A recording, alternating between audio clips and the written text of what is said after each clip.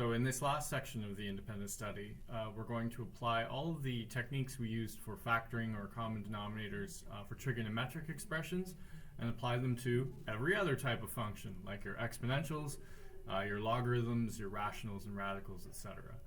So we're going to have to do a little bit of chat about the notation first.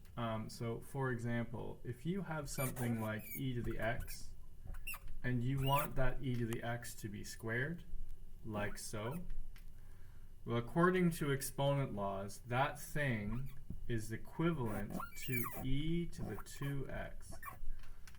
So when you see that expression, e to the 2x, that's the same as a basic exponential that's been squared. Similarly, e to the x cubed would look like e to the 3x. E to the x to the negative 1 would look like e to the negative x. And if you recall your negative exponent notations, anything to a negative exponent is the same as that thing in the denominator of a fraction.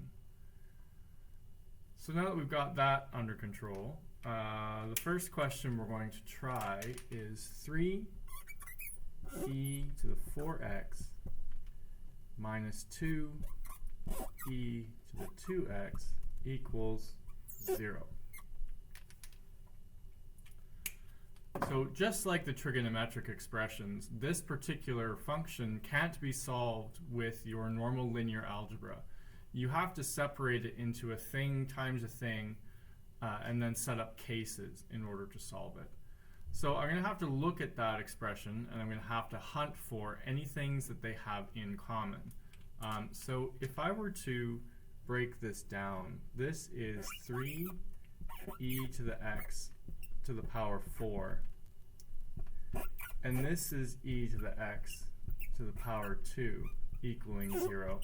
Now that means I have at least 2 factors of e to the x in both of these terms. So I'm going to factor it out.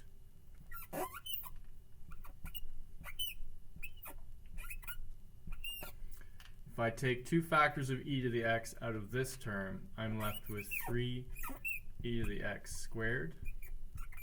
And if I take e to the x squared of this, I'm left with only negative 2. So that's going to create my 2 cases, right? I have a thing multiplied by a thing equaling 0. So case 1 and case 2.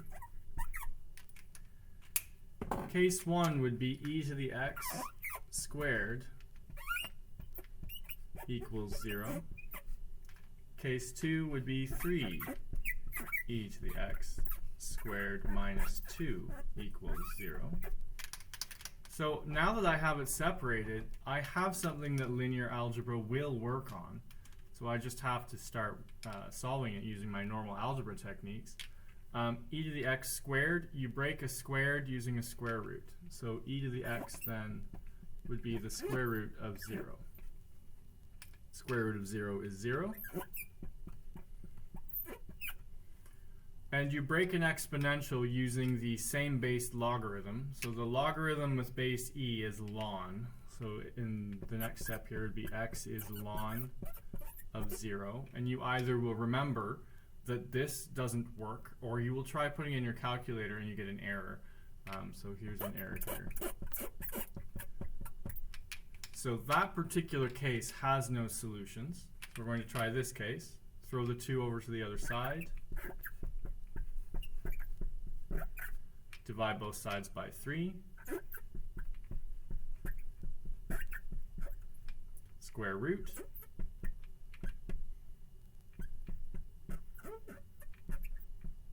Remembering to keep the plus or minus in there. And then to break an exponential, I use the same base logarithm. So ln of plus or minus square root 2/3.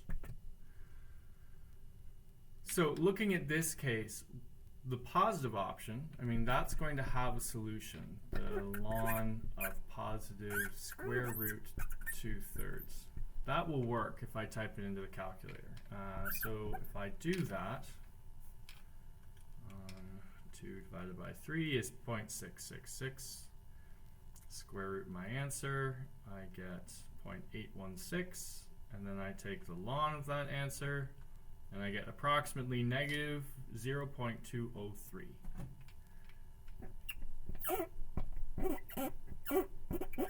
Ish. So that solution worked. The other option, x equals ln of negative root 2 over 3, either you'll remember that you can't take a log of a negative number, or you'll try typing in your calculator and it will fail, so you get an error there. So what we figured out then is that even though I have 3 cases here that might have worked out, only one of them actually generates a solution. So if 3e to the 4x minus 2e to the 2x equals 0, then x must be approximately negative 0.203.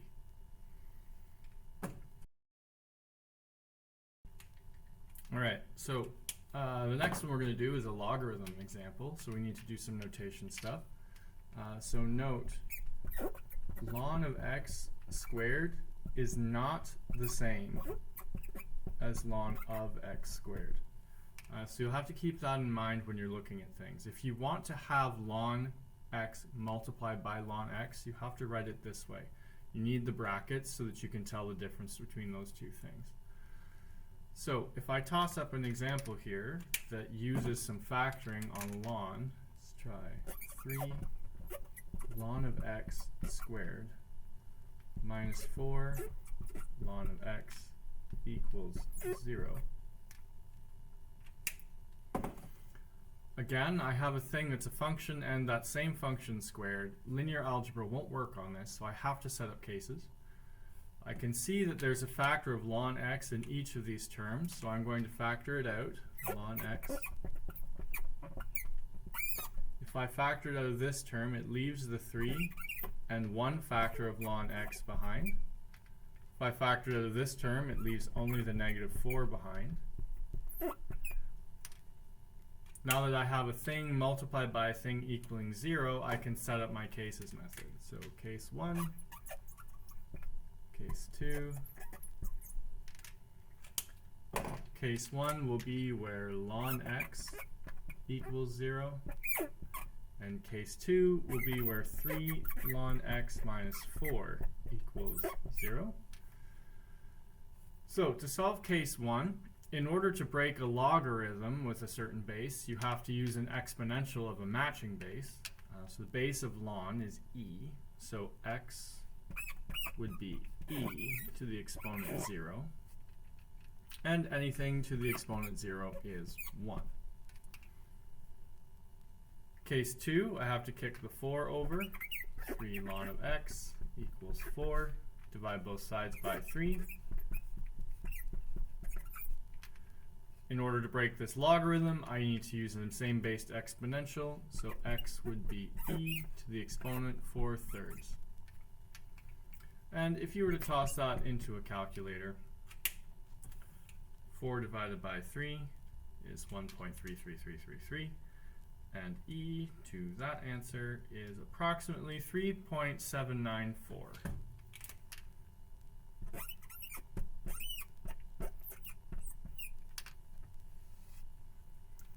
So if you have 3 times the ln of x squared minus 4 times the ln of x equaling 0, there are 2 options for x that will make that true. Either x is 1 or x is 3.794.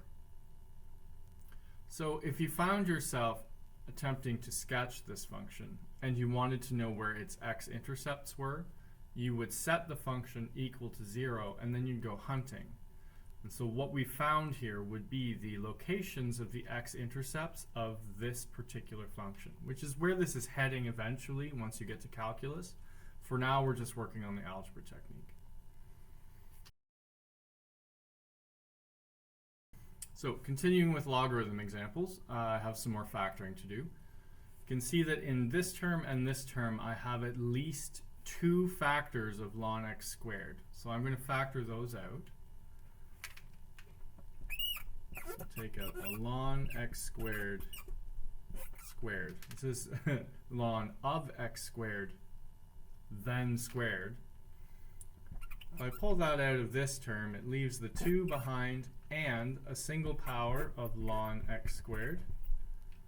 If I pull the ln x squared squared out of this term, it leaves only the negative 5.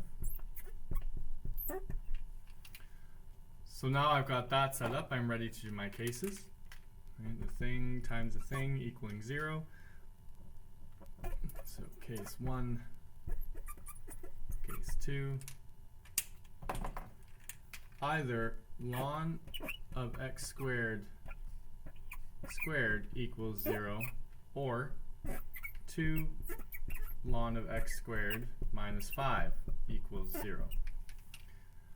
So to solve case 1, I have to break a square by square rooting. So ln of x squared would be the square root of 0, which is of course 0.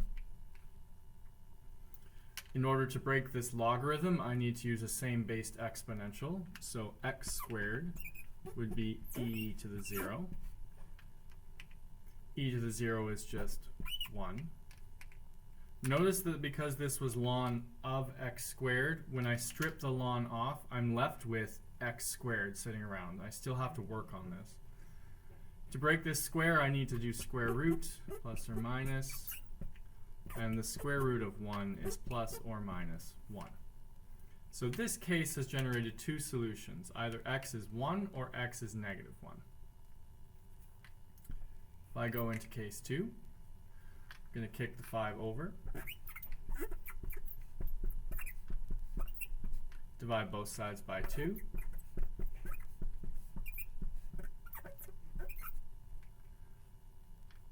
use a same-based exponential in order to break that ln,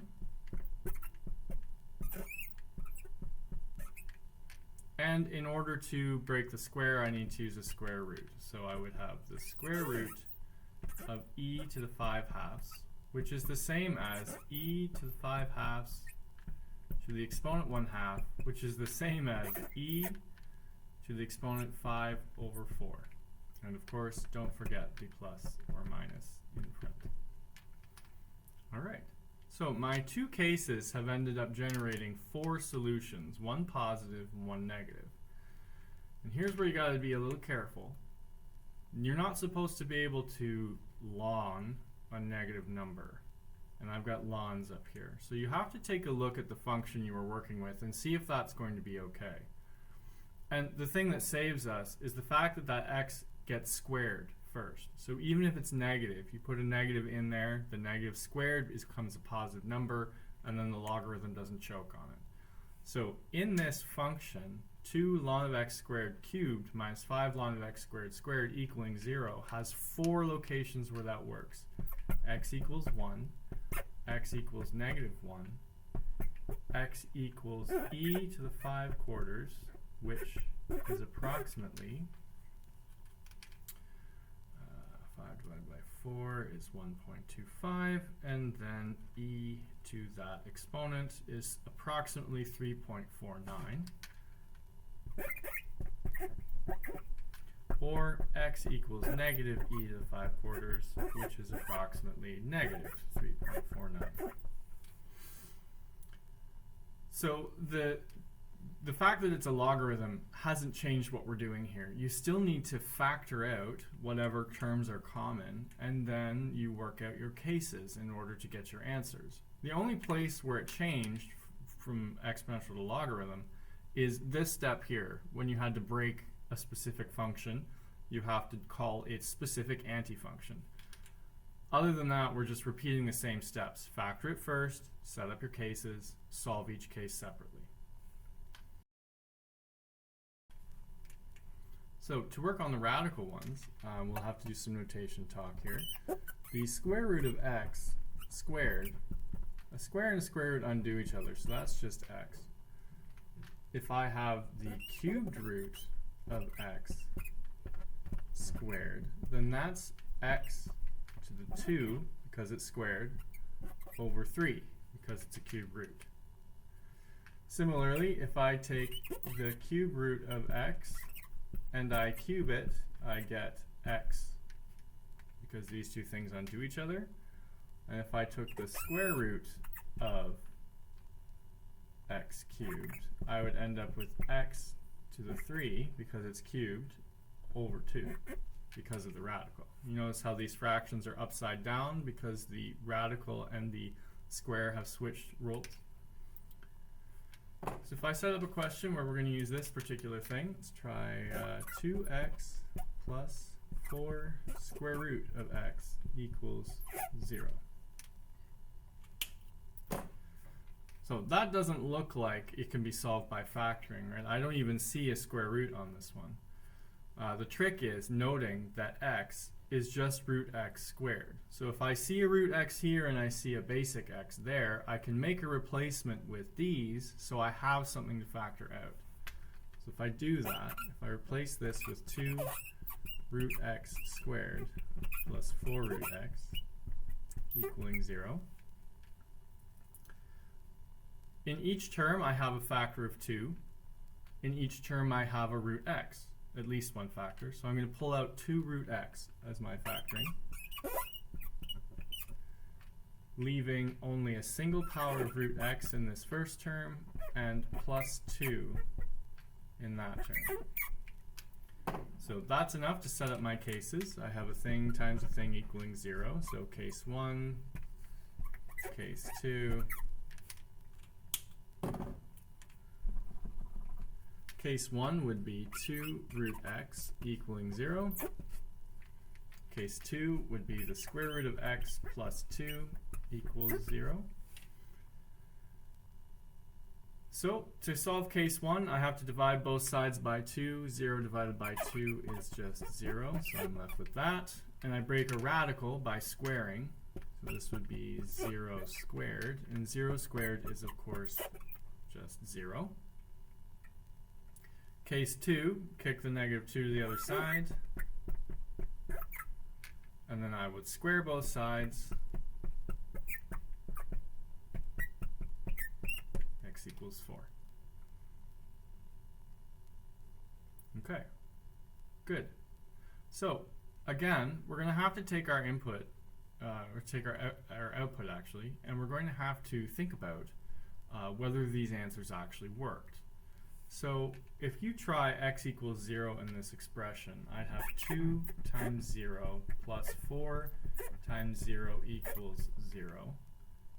2 times nothing is nothing, plus 4 times nothing is nothing. So that one worked out. So x equals 0, that's a good solution. If I try 4, 2 times 4 plus 4 times the square root of 4 equals 0. Well, 2 times 4 is 8, and the square root of 4 is 2. 4 times 2 would be 8. Well, I get this. Question marks. Well, that's not a thing. 16 and 0 are not the same number. This has happened because this anti-function relationship, well, that should be, first off, that should be squared, not the power 4. 2 squared being 4, it strips away the negative.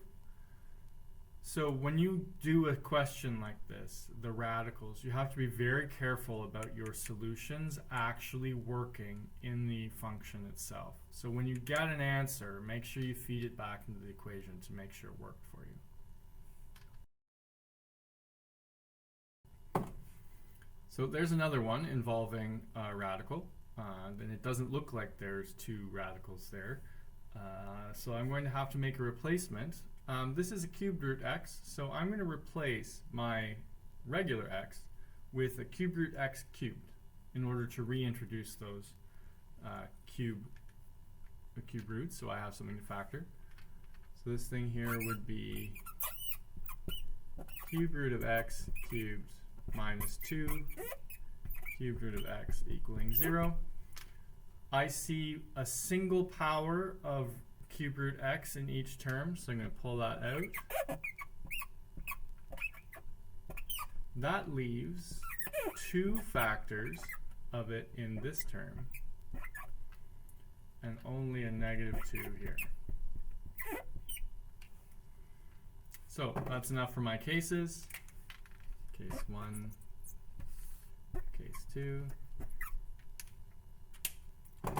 So either the cube root of x equals 0, or the cube root of x squared subtract 2 equals 0. Solving case 1, you break a cubed root by cubing the other side. So I would have x equals 0 to the exponent 3, and 0 times 0 times 0 is 0. So I have a solution there. This case, kick the 2 over.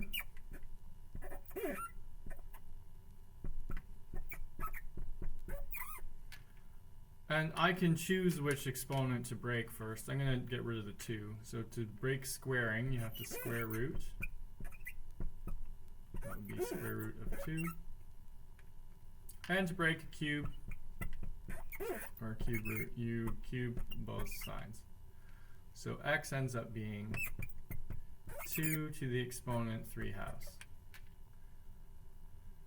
So again, this is one that involved radicals, so I need to go back and I need to actually check my solution. So if I put 0 here and here, I would end up with 0 subtract 0 equals 0. No problem. This one, 2 to the 3/2 subtract 2 to the cube root of 2 to the 3/2. Let's see. That's 2 times square root 2, if I write it in that notation. Cube root of 2 cubed would be 2 to the 1/2. 2 to the root 2. 2 to the root to the exponent 1/2 is square root of 2, and that does in fact equal 0. So that solution worked out as well. So if this was your equation, either case 1 where x is nothing, or case 2 where x is 2 to the exponent 3/2 works.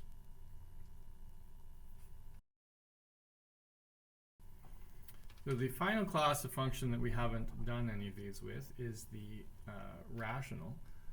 So just some notation notes that x minus 3 to the negative 2, that's the same as 1 over x minus 3 squared. And that would be the same as x minus 3 cubed in the bottom, as long as I introduce a new factor of x minus 3 in the top. So one of these divides one of those, and I'm left with this. That's also the same as x minus 3 squared over x minus 3 to the power 4, etc. On and on and on and so forth. I can add as many powers into the numerator as I like, as long as I introduce a matching number into the denominator. So for our last example here, if I were to do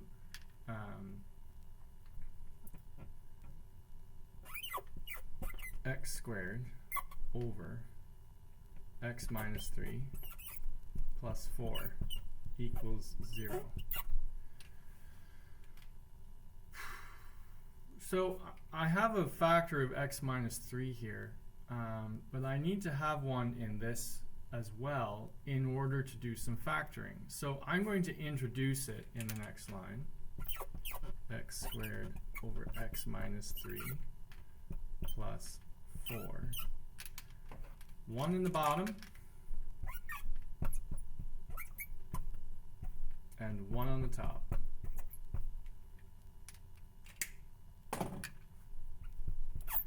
So that's going to give me x squared. Oh, hold on. Once I do that, you notice that there is a 1 over x to the minus 3 in this term and a 1 over x minus 3 in this term. So I'm going to factor them out, leaving x squared in this term and 4 times x minus 3 in this one. Well, that's a bit of a mess. It's got some brackets squiggling around in there. So I'm going to do 4 times x and 4 times 3 just to clean that up.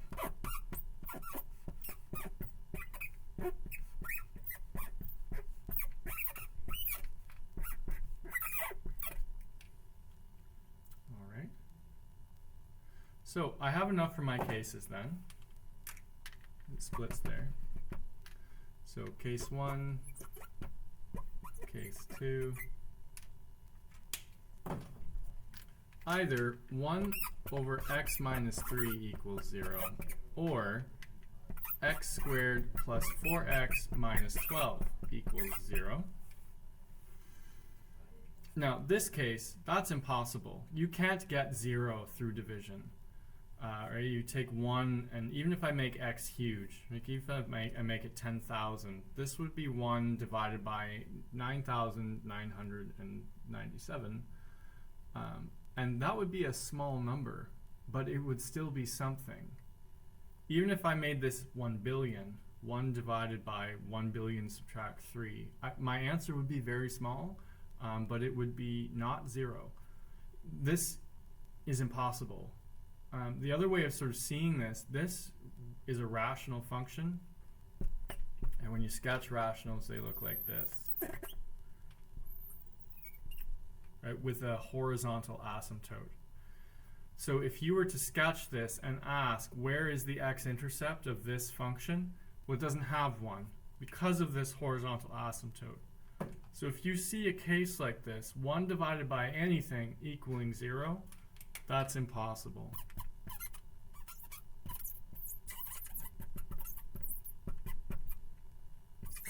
So case 1 has rendered no solutions. Case 2, on the other hand, has given us a quadratic, x squared plus 4x minus 12. So I'm just going to pop that up here.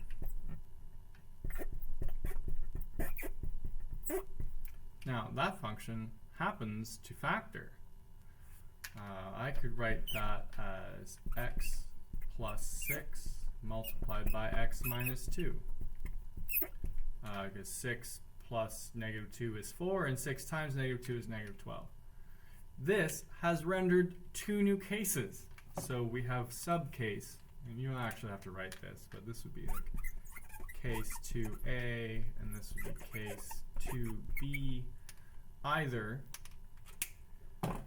this thing equals 0,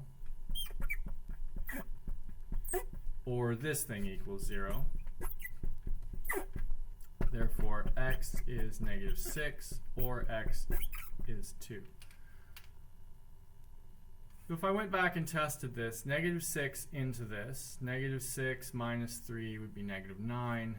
Negative 6 squared would be 36. 36 divided by negative 9 is negative 4. Negative 4 plus 4 is 0. So that worked out. 2 in here, 2 minus 3 is negative 1. 2 squared is 4. 4 divided by negative 1 would be negative 4. Negative 4 plus 4 equals 0. So both cases are valid. So by using this factoring method, I was able to pull out this denominator as a case and then decide that it is impossible. It generates no solutions. And then I only had to work with this chunk in order to get my solutions. Now, if you look back on what happened here, I was introducing terms in order to do factoring. But if you really think about it, all I pulled off here was a common denominator with some funny denominators in it. And we will revisit that in the third section of this independent study. But that's it for examples. You should be able to take a look at the practice questions and see how it goes.